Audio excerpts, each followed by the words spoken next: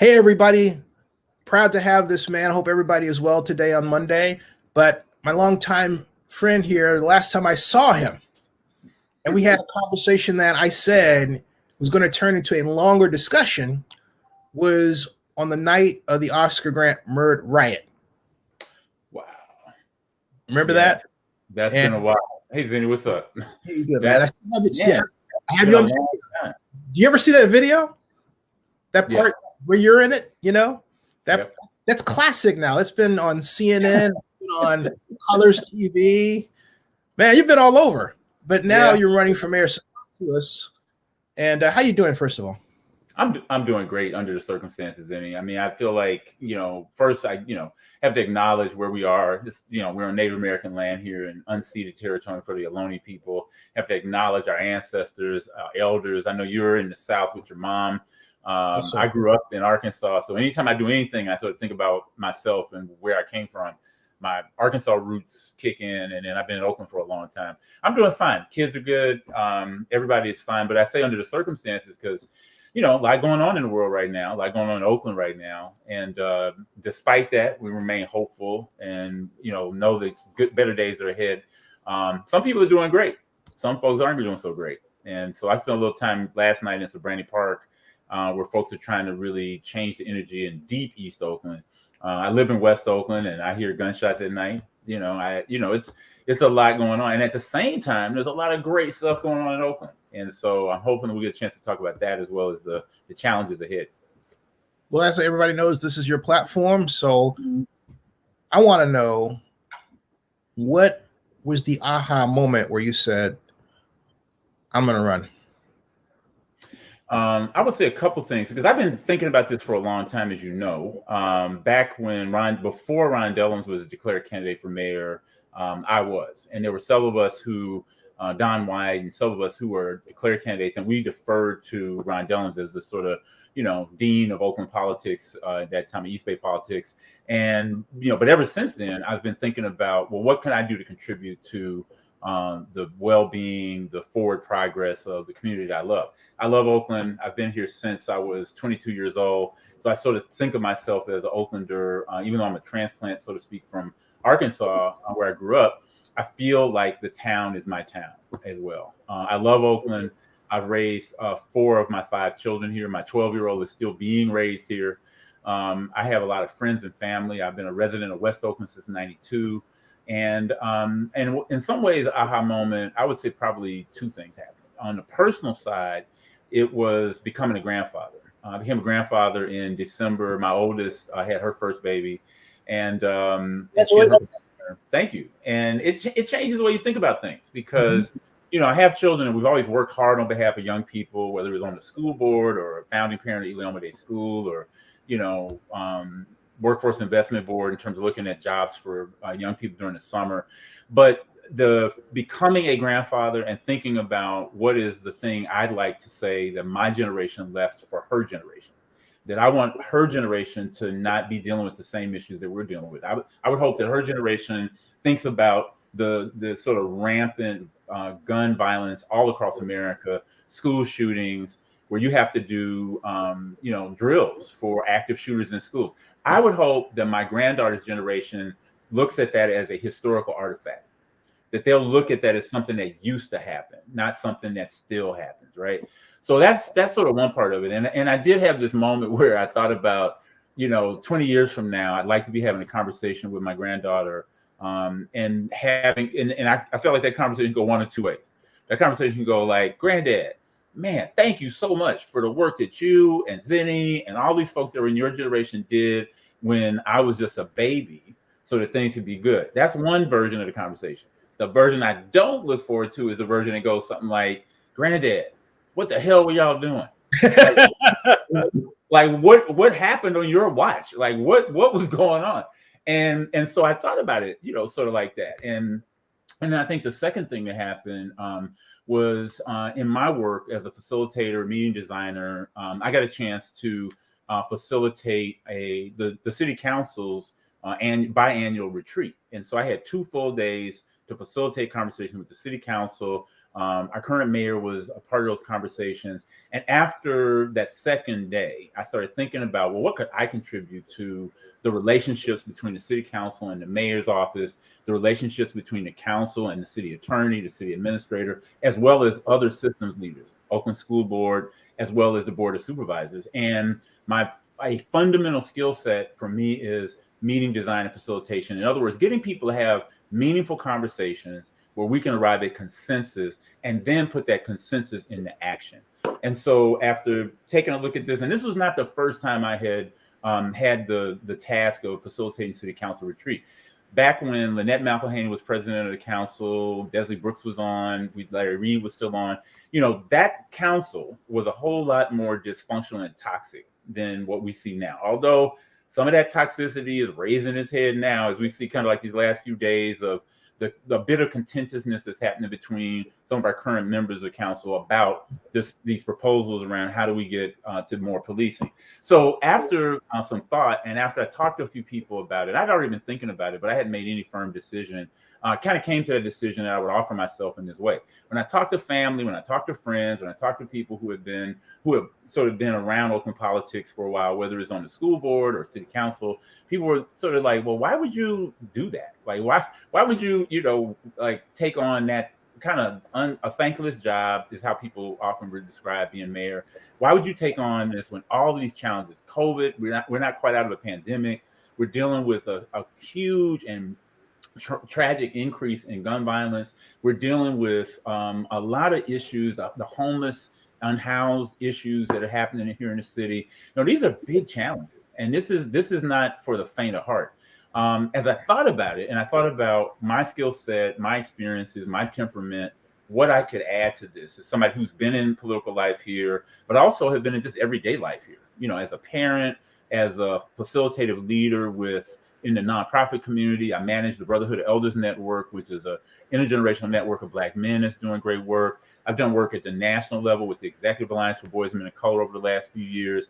I've been a policy advocate, so I've been a part of Oakland Fund for Children and Youth at its inception, was the first director of what's now Oakland Thrives, was in a position to sort of think about what happens in programs. I was the first Freedom Schools director here, a program that's continued over the last almost 25 years. I've been a healing practitioner as a minister, as a circle keeper, as a musician and an artist in this community, as a community attorney. So I've got a range of experiences that it would inform any leadership that I would take here in Oakland. And I feel like, at a fundamental place, I love Oakland. I don't like it when people talk poorly about Oakland. I saw a video on YouTube recently, and I think you commented on it. It was somebody who just basically drove through Oakland and looked at the most depressing parts of the city, right? And if you see that in other places, if you go to Chicago or Philly or New York or Atlanta or mid-sized places like Little Rock, Arkansas or Birmingham, every place has that. But that's not the only story.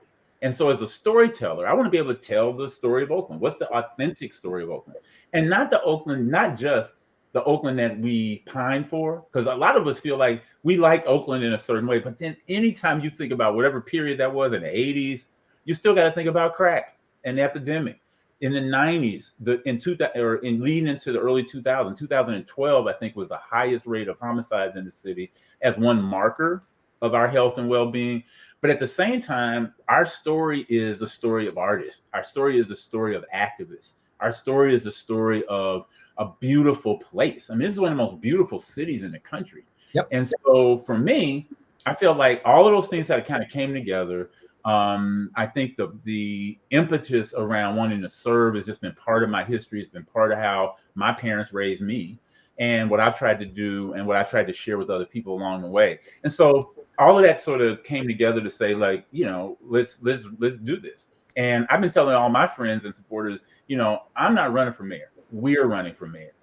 We're running because we got a lot of great innovative ideas that have never been implemented. We have some ideas on the books that have never been followed through on. We got macro right now. I don't know exactly what's going on with it. It should be a centerpiece of the conversation we're having about the rise in violence. Not the first thing shouldn't be the conversation, in my opinion, about more police, because the data tells us sometimes having more police helps and sometimes it doesn't. all over the country, people are grappling with the increase in gun violence, and what we've seen in Chicago over the last few years is kind of like the national story of it. And we're starting to see that now. And I think that we got to be smart about it. We know we have lessons from the past. We have lessons from ceasefire. We have lessons from the stop and frisk era with William Bratton. We have lessons from Code 33, a project that I worked on where we had cops and kids talking to each other, and got to a place where some of the police officers were saying, we love to have this kind of interaction as part of our academy experience. You had young people who really did not like the police coming into it, and at least they didn't turn into like great friends, but the young people who went through that project said, we like to get to know police officers better. And there was one cop in particular who was African American, relatively young, and it was a hard conversation, but also had fun. And we did a little bit of role playing. And so he gave his badge and his his lavalier to a kid, and he said, okay, you're gonna be the cop and I'm gonna be the kid. And we're gonna play out the interaction that a black kid has with a black cop in Oakland often. And so it was kind of funny and fun. But that police officer who grew up in Oakland said something really interesting, Zennie. He said, I became a police officer because when I was a kid, I heard Huey P. Newton say we needed to police and defend our own communities. Now, you know how you hear things differently depending on who you are, right? That person, he heard that as not the activism of the party and the push and that push around like we should defend our community as citizens, but he heard it as I should work for the police department and police my community in a way that humanizes Black people, that humanizes Latinx folks, that humanizes everybody in Oakland, and enforce the law, not become judge and jury on the streets of Oakland. And so I just think that a lot of what I've had the opportunity and honor to learn in Oakland really prepares me for this kind of challenge, and I'm not stepping away from it. And should the voters decide that, that's a good job for me, it'd be great. Somebody the other day asked me, because they didn't quite understand the process. They said, I heard you were interviewing for a new job. And I said, yeah, 70,000 people. And so, who vote. And so it is really up to the voters for us as members of this community, as folks who live in the town, to really make an informed decision. Who really has the experience, the skill, the temperament, and not just give a great speech, but people who are willing to work really hard at some of the intractable problems that we have. And I think I'm up to that challenge. I just have a question, and I need some help here because I haven't seen my place, and thank God for my friend Jackie, taking care of it for me when she can go in there, since November 21st of 2019. And when I came back, as regular viewers know, I go back and forth between here and Georgia. But when I came back the last time, I rented a car to, go around here and there, and because I thought, well, if I buy a car and leave it, I'm going to take care of it all, whatever. But what happened was it got smashed in, an attempted smash and grab. And I made a video about it. And I had to take that car back to SFO airport, get another one. And the people at the airport, and what I'm about to say, just as much you breathing the air, right? But the people at the airport say, oh, this happens all the time. And then I read next door, and there are these, what I call micro events of crime happening to people just walking down the street where there's no police officer present. And so what can we do to improve a situation where from a distance, my first thought is, gee, if I come back home and I walk down the street, I may have to get into a fight just to protect myself. And I don't know that kind of Oakland. Now, I'm happy to be wrong, and I'm happy to be infected by the distance and image, but that is the image that's coming out, right? Yeah. And on top of that, I'm going to sort of set you up for a longer answer. It looks like we're losing things. Like, for example, the word Oakland in intensity goes down because we don't have the Oakland Raiders, right? We don't have the Warriors playing in Oakland, okay? So from an internet standpoint, all that goes down, and our marketing is lost, and so is the ability to express our soul, So I see this from a distance, and there's more than one occasion, I have to be honest with you, Greg, I've cried. Mm-hmm. How do we repair our city? Or am I wrong and it's not as broken as I think it is? It's the question you're asking, I think, is at the heart of everybody's heart right now. Like when I move around Oakland and talk to people, we all are feeling a very similar emotion about this place, about how we feel about the property violence, but how we also feel about the violence against the person. You know, and the intersection of it, Zennie, was when Eric Davis got shot and killed 2 Sundays ago on 600 Grand, right? Yep. Right across from the lake. You know, like the juxtaposition of the beautiful lake and people playing, and it was broad daylight. And this young man, 28-year-old African-American man, loses his life, as I understand the story, trying to stop some of the car burglaries that were going on. I don't know if it was his own car or somebody else's. And in some ways, it really doesn't matter. So we're sort of at ground zero for how we feel about our city. Most of us are grasping for a little bit of hope. Like where do we find hope in this, right? And we're not alone. This is not just Oakland. That's the thing. This is when I talk to friends in Chicago. I went to school in the Chicago area and maintained friendships there. This has been going on in Chicago for more than a minute, right? I think that we have to be sober about what's going on, not just here, but in the country. We've had a 4 years of crazy politics, of the divisiveness that we've never really seen in the U.S. We had an attempted coup on January 6th. I think all of the pandemic, everything that has happened over this last 3 or 4 years, Oakland is like we're sort of like a repository for the hurt that exists everywhere in the country. So I think, first of all, we've got to draw on a spiritual reservoir about what does it mean to live here? What does it mean to live here well? What does it mean for all of us to live here well? Because I don't disconnect the homelessness and issues of the unhoused, the blight that we see, the illegal dumping, the car break-ins. The most egregious part of this is the gun violence. I lost a friend this year. Dirk Tillotson was a school reform advocate that I had known for 20-something years. Dirk lost his life as part of a home invasion. And for me, it struck so hard and so emotional. And I had a moment myself where I was going like, do I really want to keep trying to live here? Are there other places in the world where I could go? And then I thought about it and I said, well, everywhere I've ever been, there's always some challenge. I grew up in a segregated South.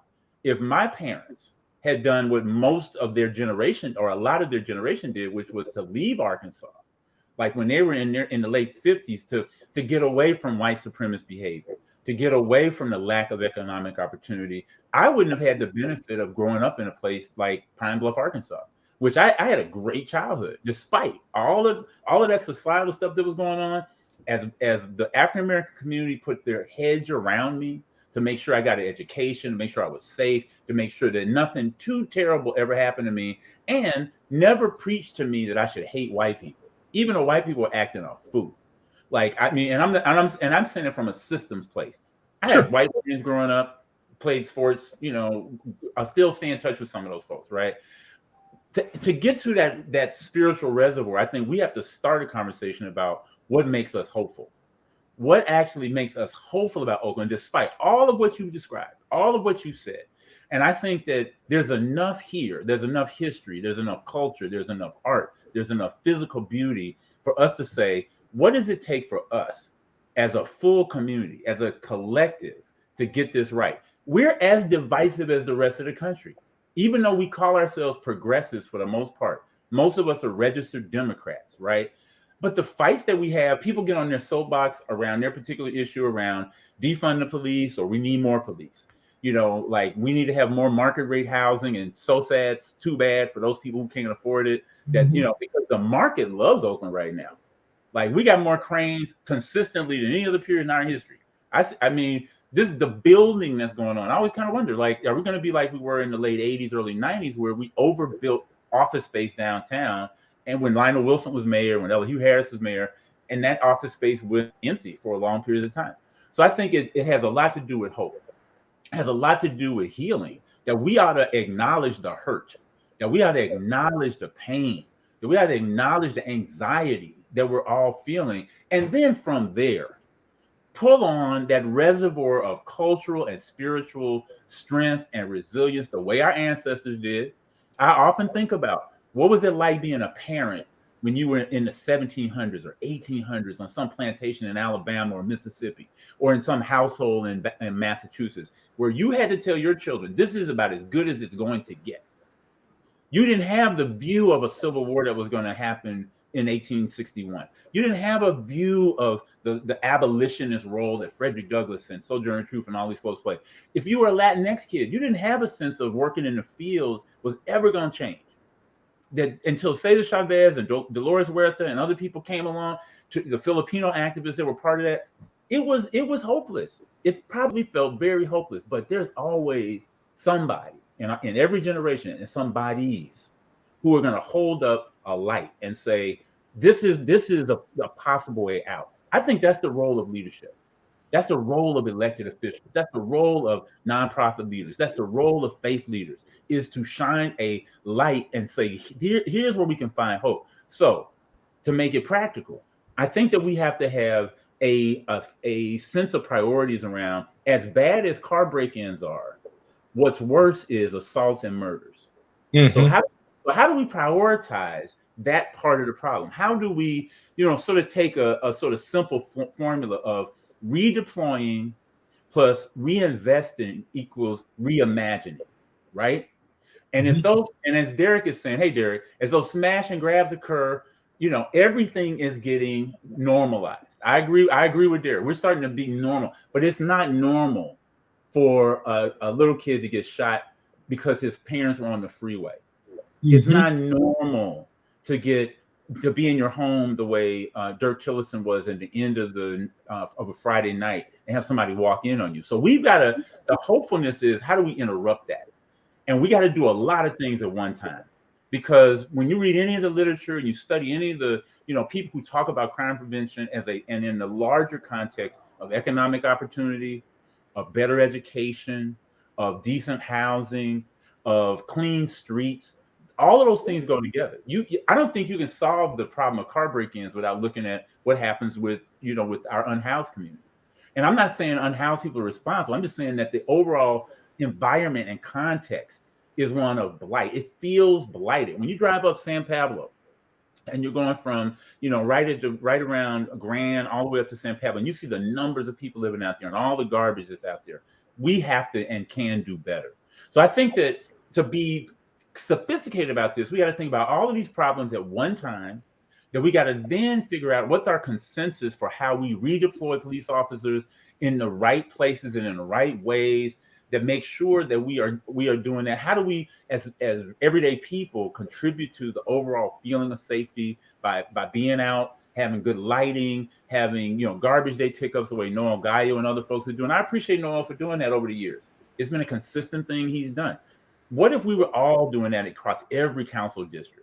What if we were making sure that, like I was at one of the town night meetings, that the city and Roots Community Clinic and George Galvis over at Courage and all these folks are organizing every Friday night for the next few Fridays. And I went to Arroyo Vallejo Park. I think it's in District 7. Yeah. We get there and it's like pitch black in the parking lot. And I look up and I'm thinking, well, maybe there are no street lights here. There's street lights, but all the lights were out. Every single one. Like nobody took the time to say, we're going to be inviting community members to come over and talk about safety, and it's dark. Somebody has set up some temporary lights, but that's insufficient. So I guess my point is that there's a lot of pieces of this problem that we all can get a handle on, and we've got to be able to move in a way that makes sense for all of us. And I'd like to add on, just to hear more of you talk about that. Something you said regarding a possibility in your mind that we might go back to the time we had offices that were where the vacancy rates were outrageously high, right, when we were building. But then what I see is we had redevelopment law that allowed us to collect the property taxes and use them in the city, and we did. We even used them to make sure that Oakland workers got more money. But now it's not that we don't have redevelopment. We have the ability to use tax increment financing. We don't use it. And we've had SB 628 on the books since 19, showing my age, since 2015. And yet the only time we've used legislation that allowed us to collect our property taxes, and use them within our city, I'm speaking very rudimentarily, deliberately, was when Howard Terminal came up, and the person you're looking at told Dave Cavall, hey, you can use this, and he used it, whereas I've said to every single council member, as I've tried, hey, you can use this, and everyone says, oh, okay, and it's never been done. And yet, what I see, Greg, from a distance, is an Oakland that's forming where if you're white and you have money to spend in Oakland, you can spend it because you don't need, the government help. It's not that every white person is rich or anything, but the person who tends to have the capital tends to be white or, of course, Asian, from overseas. And that's the state of things right now. However, what we're doing, and I'm happy to be told is wrong, it seems to me now is, and you pointed out by the light post example, where no one complains about it. We tend to complain about our lot, but we don't use the tools around us as a collective and as a diverse community to change these things like we used to do. Am I wrong about that? Because when I look at Howard Terminal, and I'm not asking necessarily for opinion way or another, but I harken back to Paul Cobb when I first heard about him when I was a grad school at Cal, and he had marshaled 43 community groups to stop what would have been that 2 million square foot shopping center where Grove Shafter came to drive right in it, right? And he stopped that. But it seems like every time we have a public-private effort to spend to build something big, we come along as Black folks and say, well, you're not going to have that because you don't have enough of us involved and it's not for Blacks. But now what we've got are people who are white who don't have to go through that, or developers who have money, regardless of color, who don't have to go through that. And what we get are these big cranes developing around us. And what I see is the continuation of a kind of a have-not society that's got us into trouble. Am I wrong about that? And if I am, why? And if I'm not, what do we do? No, I think you're pretty much calling it. And the way I sort of talk about this would be to talk about, we talk a lot about racial equity. We talk a lot about inclusion. We talk a lot about diversity, which is a bit dated in terms of how we think about these things. If we were to actually make equity actionable, all of the decisions that city government make would be based on that notion. Equity means, it's about situational fairness. Equity is about applying unequal resource to unequal need, right?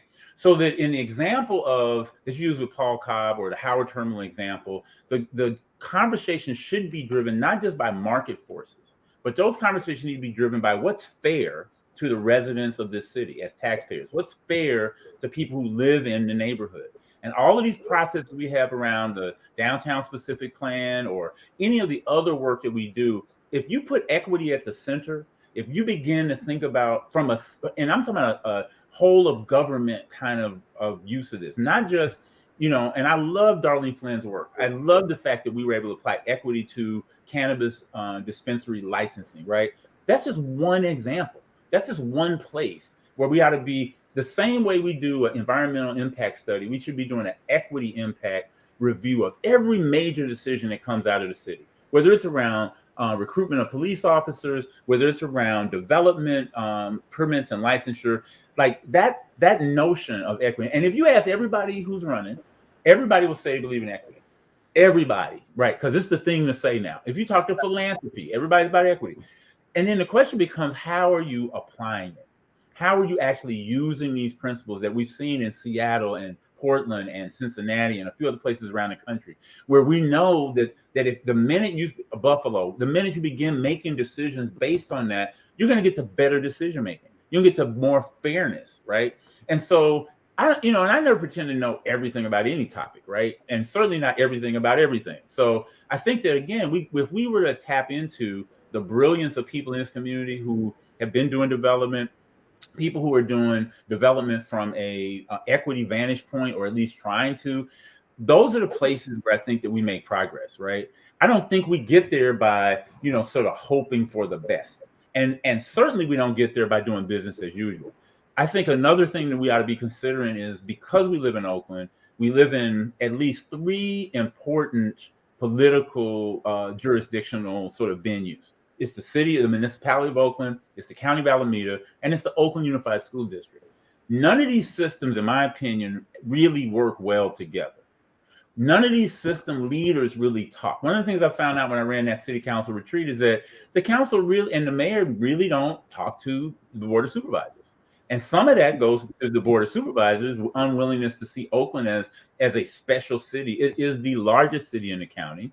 It's the county seat. It's the county seat. We got the most vulnerable populations that live in Oakland that are sort of situated here. And it's always been like that. And there is really very little cross-governmental cooperation on anything. Here's a real example of this. American Rescue Plan Act funds, ARPA, are going to put $374 million in play in Alameda County. A group that I help facilitate, African American Response Circle, along with Resilient Fruitvale, a collaborative that's about 30 organizations that work and live inside the Fruitvale district, Healthy Havens Court, which represents, I think, about 20 organizations in East Oakland, Oakland AAPI Unite, a relatively new coalition with Jennifer Tran and Jane Lee and others, my friend over at Tribe. There's a bunch of folks that have worked together over the last several months to say, Andrew Park is at Tribe. That's the name I was trying to think of.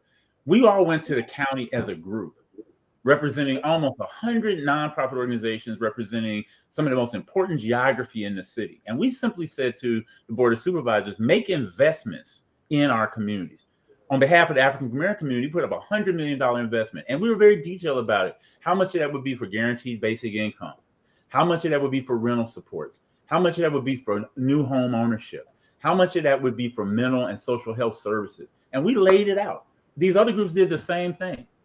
What did the county do? Without any real push from any of our other political subdivisions, not from the city government, not from the mayor, not from the school district, they basically said, well, we're going to give $50 million to the county health agency for COVID-related stuff. Okay, that's fine. We're going to give $50 million to Lori Jones's agency over at Social Services for food. No problem. So we got another $140 million or so in play. And what we said, and then $14 million that we're going to go to the unincorporated parts of the county. And the rest of it, we said, okay, you still got resources to work with. What did they do? They basically said, well, we're going to use some of this for economic development. We're going to use some of this for neighborhood navigators. We're going to use some of this for mental health services. But it was in August that we were having these conversations. We were saying, we're in crisis. We're in emergency. We wanted to see, even if they had done additional money to support the city of Oakland's Department of Violence Prevention, which would have freed up some resources for additional, very targeted surgical, kind of use of those resources, like the clearance rate for homicides in the city. Mm-hmm. Our clearance rate, I think, is something like 35%. We solved 35% of the homicides, which means that like 2 out of 3 shooters believe I can get away with this. Yep. I can get away with this. And nationally, the number is more like 60%, 65%, right? We could at least double that number to hold people accountable for their behavior. And again, I'm not saying just have any sort of policing writ large. How about we do more of the forensics and investigative work to solve Dirk Tillotson's murder, to solve Eric Adams, Eric's murder. I mean, those are the places where, if the county and the city and the school district had a much better working relationship, maybe we'd be able to get up under some of these problems. That's a function of leadership. The mayor doesn't have any formal authority over the county, doesn't have any formal authority of the school district, but certainly the bully pulpit of the mayoralty gives you an opportunity to speak to these issues. And then if you believe in good facilitative conversation, you have a summit on violence in Oakland. When's the last time we had any kind of citywide meeting, summit, even on Zoom, around any of these issues, right? I have to harken back to, Elihu Harris's time as mayor. I remember there was an education summit that the mayor hosted at Mills College. People came from all over the city. And though it didn't get us to everywhere we wanted to get to, the fact that you had classroom teachers and parents and labor leaders and other business leaders in the room trying to figure out, what does real education look like for us? I don't recall the last time we've had that sort of a citywide conversation to grapple with some of this. And while you're grappling with it, you actually get to feel more hopeful. You get to feel more healing. You get to feel more resilience, because everybody is talking about the same thing on the same day and doing our best to solve those problems. I got to ask the second part of your go ahead. I was going to speak quickly to the second part of your question around, don't worry about the time thing. I'm I got to ask you about concealed carry because Derek, Sue, and I have talked about it, and I'm in an area here where people are allowed to carry, and it is a deterrent, and it makes you think differently about, maybe we don't need to rely on the police if we can't seem to hire enough. What do you think? Honestly, I don't think it's a great idea, to be honest with you, because I mean, I think having more guns mean you have more violence. And some of the data that I recall over the years is that a significant majority of people who are shot and killed are shot and killed with their own weapons, because the average person doesn't really want to take somebody's life. No, now it might make some difference, but here's the like where I look for proof of concept. We are armed to the teeth right now. Now it may not be legal guns, but the ghost guns that are out here, and I've heard this from police officers, I've heard it from social justice advocates. We got a lot of guns on the streets of Oakland right now. So what was it to say to the person or persons who came in on Dirk Chillison that Dirk wasn't standing on the other side of that door with a shotgun? There's a certain psychology around this that you almost have to believe that somebody else is going to be armed before you come into their house in the middle of the night, at least in Oakland, right? So guns don't make us, I don't believe that guns make us safer. If that were the case, we'd be the safest country in the world. We have more guns per capita than in any other country in the world. But are we safe? Did it keep those kids in that school in Michigan safe? Did it keep the mass shooter, the folks that got shot in Vegas? We almost forget about it because it's become so normal, right? The mass shootings that we've had. You've had people on those schoolyards who had weapons. Didn't bring the fundamental question is like, how do we value ourselves? How do we value human life? How do we value it? And if we really value human life, we would make sure that everybody had a decent job. We make sure that everybody had a decent place to live. We'd have to make sure that nobody's so desperate that they got to now come into your house in the middle of the night, that they got to break into your car. And some of this, a small percentage of my way of thinking, is based on a sense of desperation that young people have because we've hold up in the mass media the things that you should have. And this mobbing of Nordstrom's and all these other stores, to me, it plays out that way. Even some of the breaking in a car, some of it is just wilding. I got friends whose car been broken into 15 times. One car, a Prius. And I'm gonna talk about some fancy car, a Prius. And generally, she stopped leaving anything in her car. She didn't leave, and she would unlock the car. So if you really want to get in the car, you could just open the door, right? Still, windows been broken over a 2-year period, something like 15 times, right? That's what I'm talking about. So there's something else going on. Yeah. There's something else going on. And then I gotta say, and this is a bit, like somewhat comedic and a really hard moment, but what if we just had break-proof windows in our cars? What if we got car makers to just manufacture some coating that makes our car windows harder to break? Would that kind of solve it? I mean, last time I came out of a downtown restaurant, James Bond. Hey, and her car, one of the other friends' cars broken into, and they ain't taking anything. They just rummaged through the car. There was a backpack that seemingly that's something you would have taken. I think there's something else going on. I think there's another kind of energy that's going on that hadn't have anything to do with guns or policing. It has to do with how we're treating our young people. I had an argument with a former elected official, and to make a long story short, I said, why don't we just give money to people who need it the most? And this, particularly the homeless, and this person responded, well, you give them, don't give a hand out. How about a hand up? And this person proceeded to paint a picture that every homeless person was there because they were either an addict, or in other words, there was something wrong with them such that they were out of the norm as opposed to being, the working poor.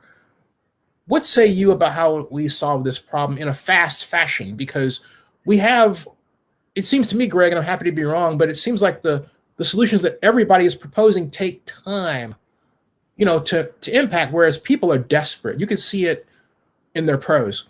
So what do we do, in your opinion? Yeah.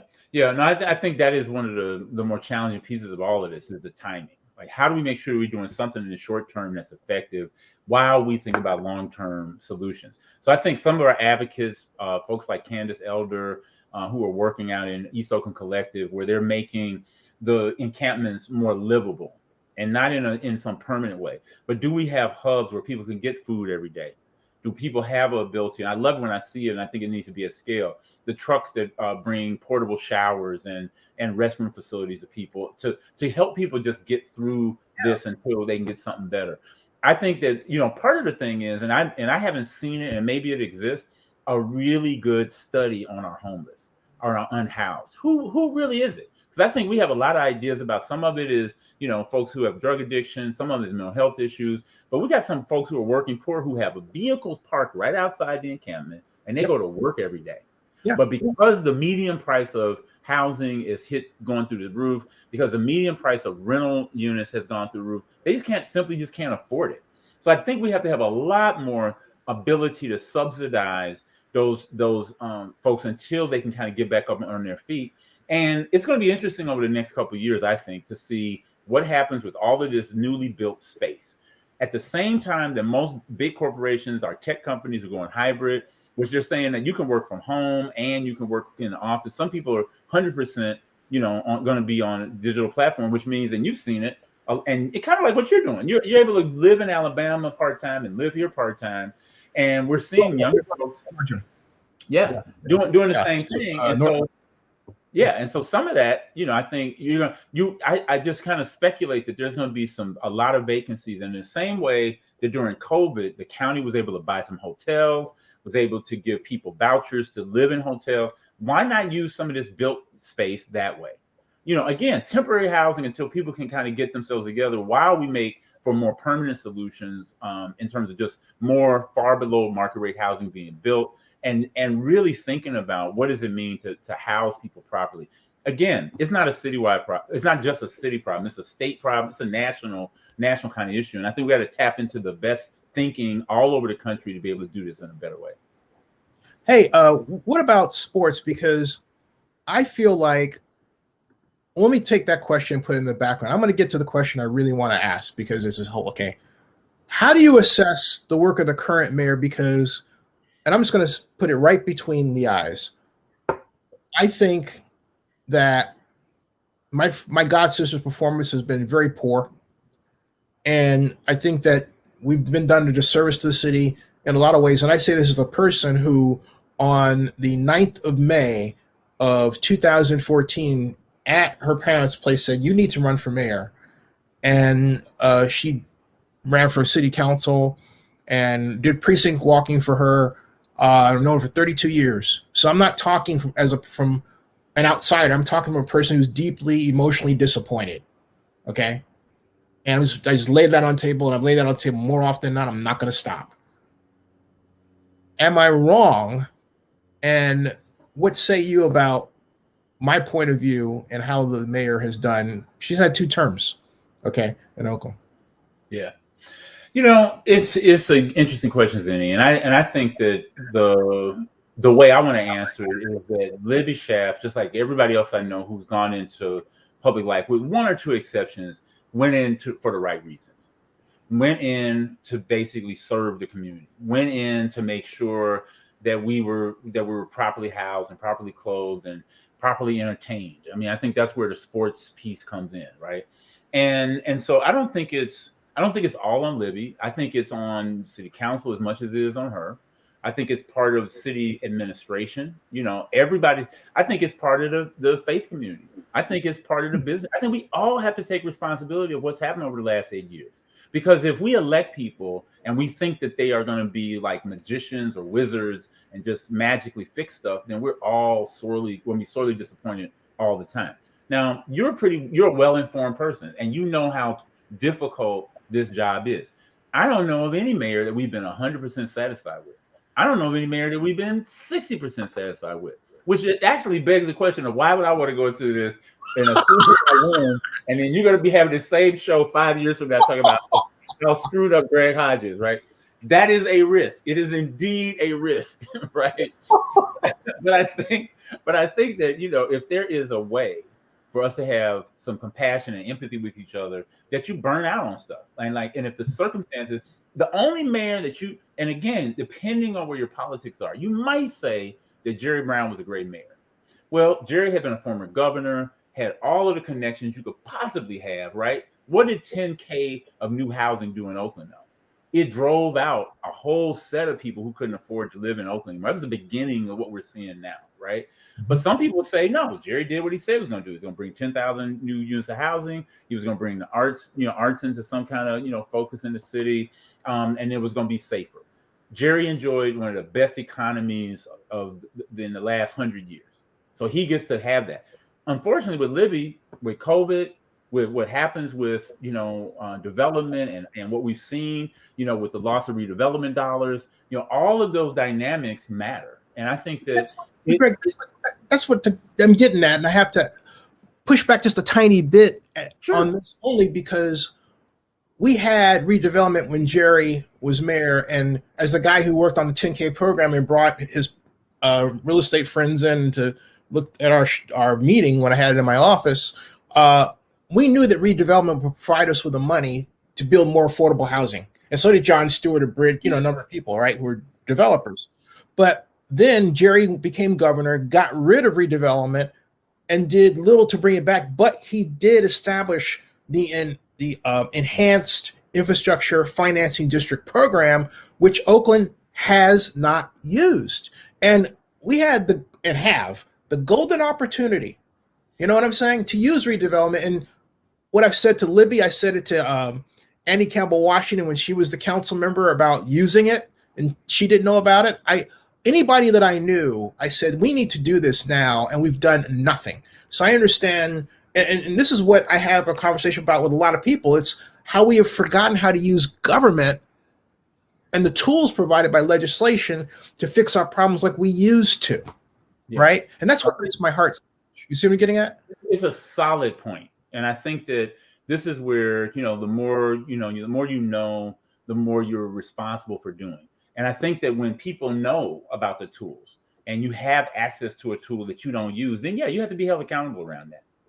Yeah. I mean, and I think that, when I think about all of the progressive pieces of legislation that are on the books in Oakland and how much of it has never really been implemented, that's what it goes to. And I think some of that goes to lack of focus. Like we jump from issue to issue. I will say, in talking with current council members and the mayor and others, almost everybody had the same budget priorities. They might have changed order a bit. Everybody's concerned about safety. Everybody's concerned about the unhoused.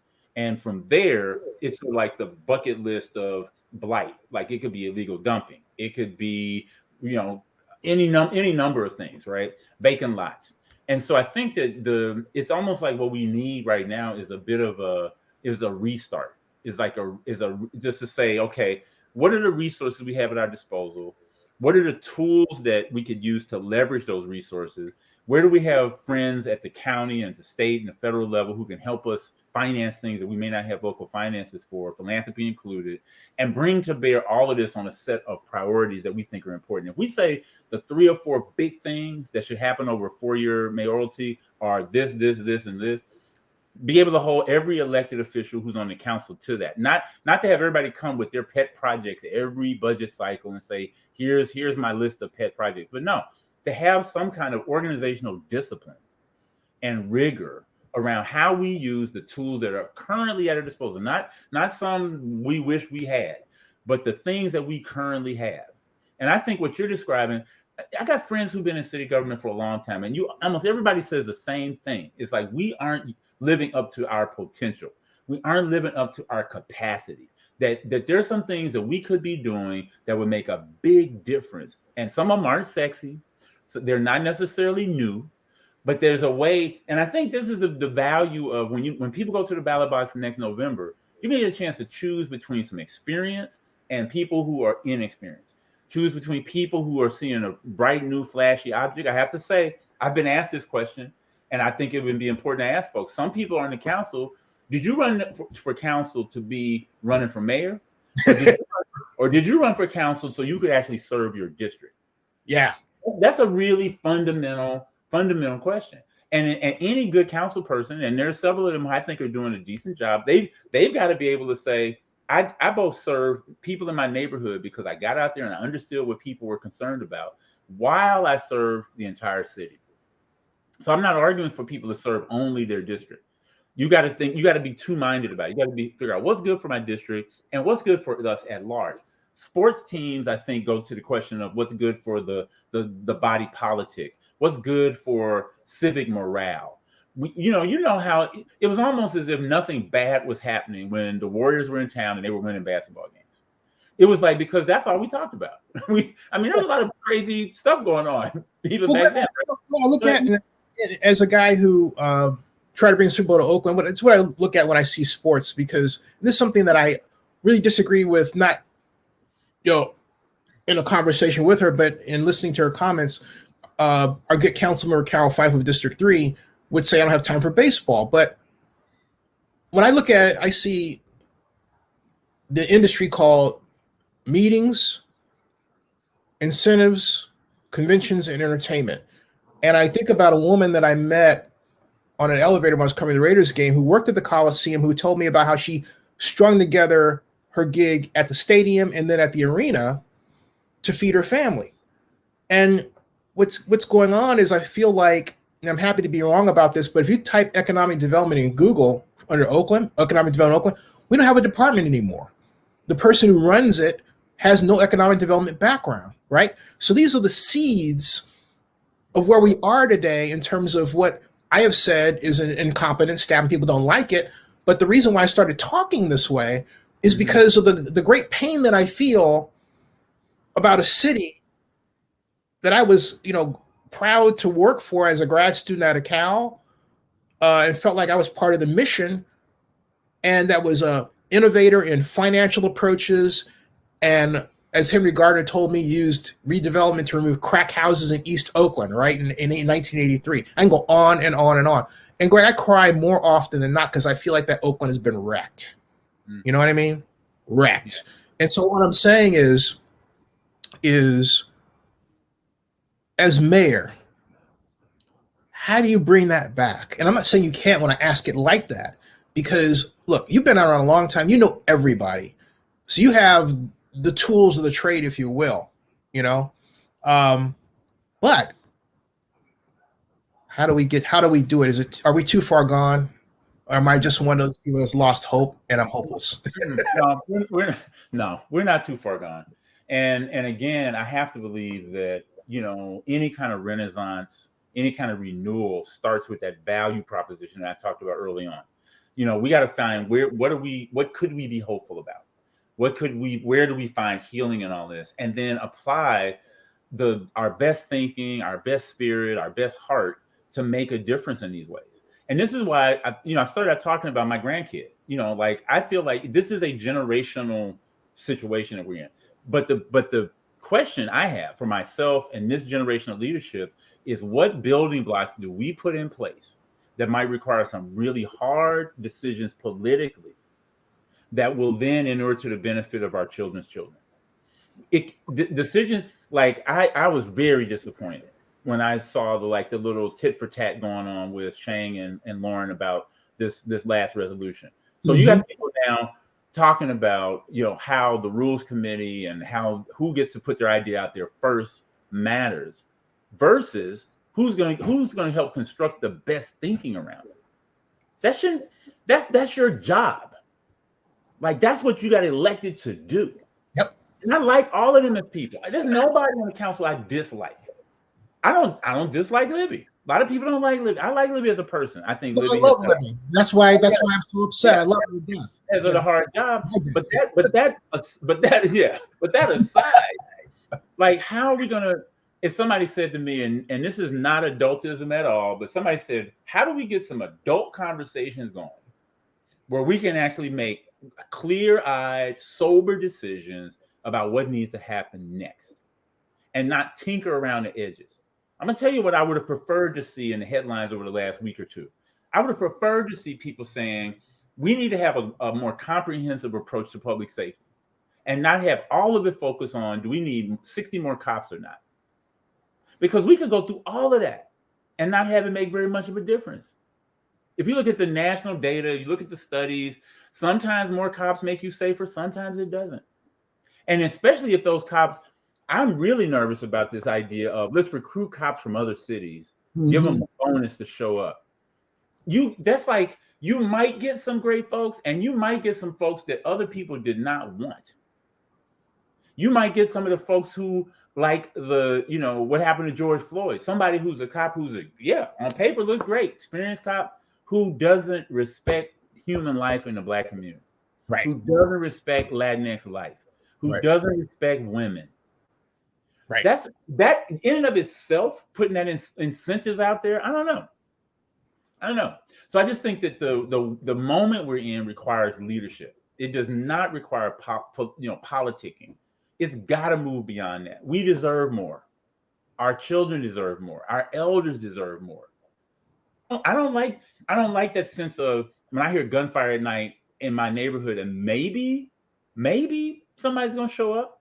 And I have to say, I've had it both ways. A few weeks ago, heard gunfire in the middle of the afternoon. Gay Cobb and Paul, who are neighbors of mine, we all heard it. We all called each other, like, you hear that? We stepped outside. We tried to figure out what was going on, if anything.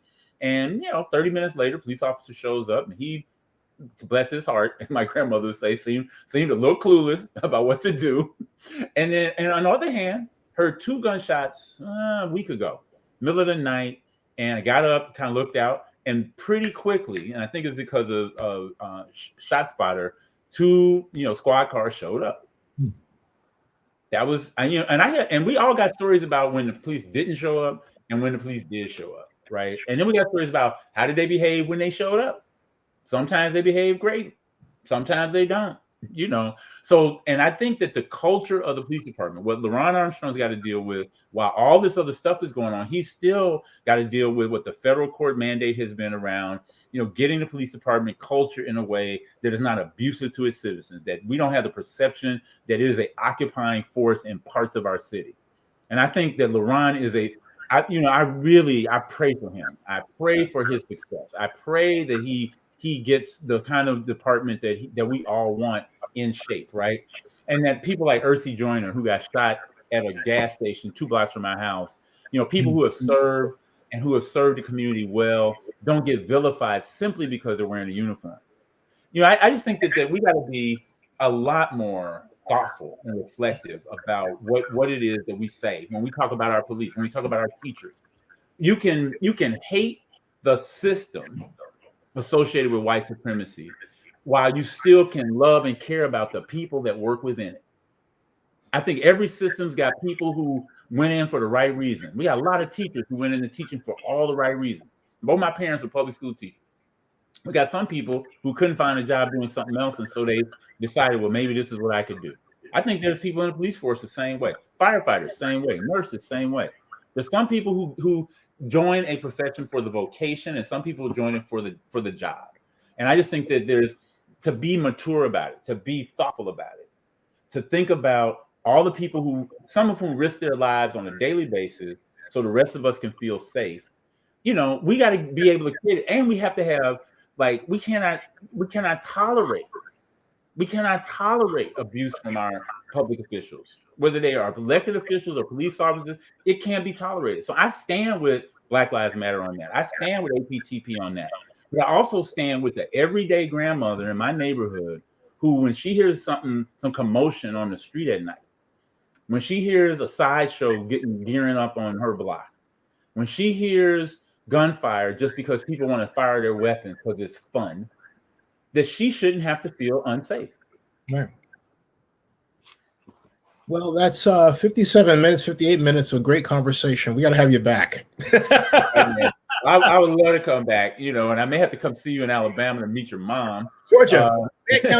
Come on out, man. Yeah, come on out. Yeah, no, it's good out here. And my mom is all I got. And I love my city. But it's just the pandemic hit, and I couldn't just leave her alone. Let's talk.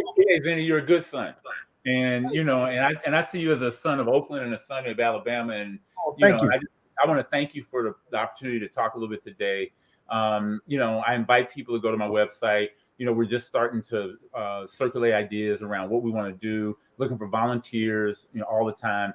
And, I encourage everybody who's running for office to be on here with you, to be candid, to make sure that everybody knows what we believe in. Because whether it's me or somebody else, we need to elect a real leader for this next cycle. We need to elect somebody who's beyond just the political play, and somebody who actually cares about the people of this city and is willing to make hard decisions to get to a better place. And I believe that we can find our hope again. I believe that we can heal again. I believe that we can feel safe again, and that we can thrive as a city. And I look forward to future conversations about how we do it together.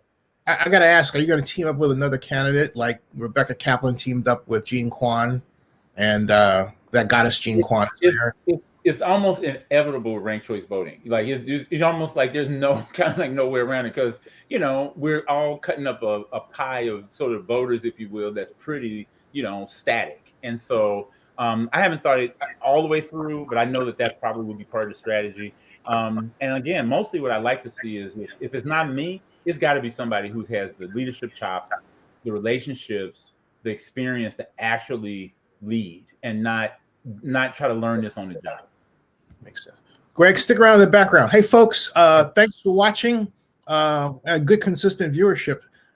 And we'll be back for more later in the week, actually also tonight. Subscribe to Zennie62, bookmark Oakland News Now. That ends this broadcast. Greg, stick around in the background. Thank you very much for coming on and having a great conversation about Oakland and your run for mayor and what you propose to do. So stick around in the background. I will. Hey, how is that?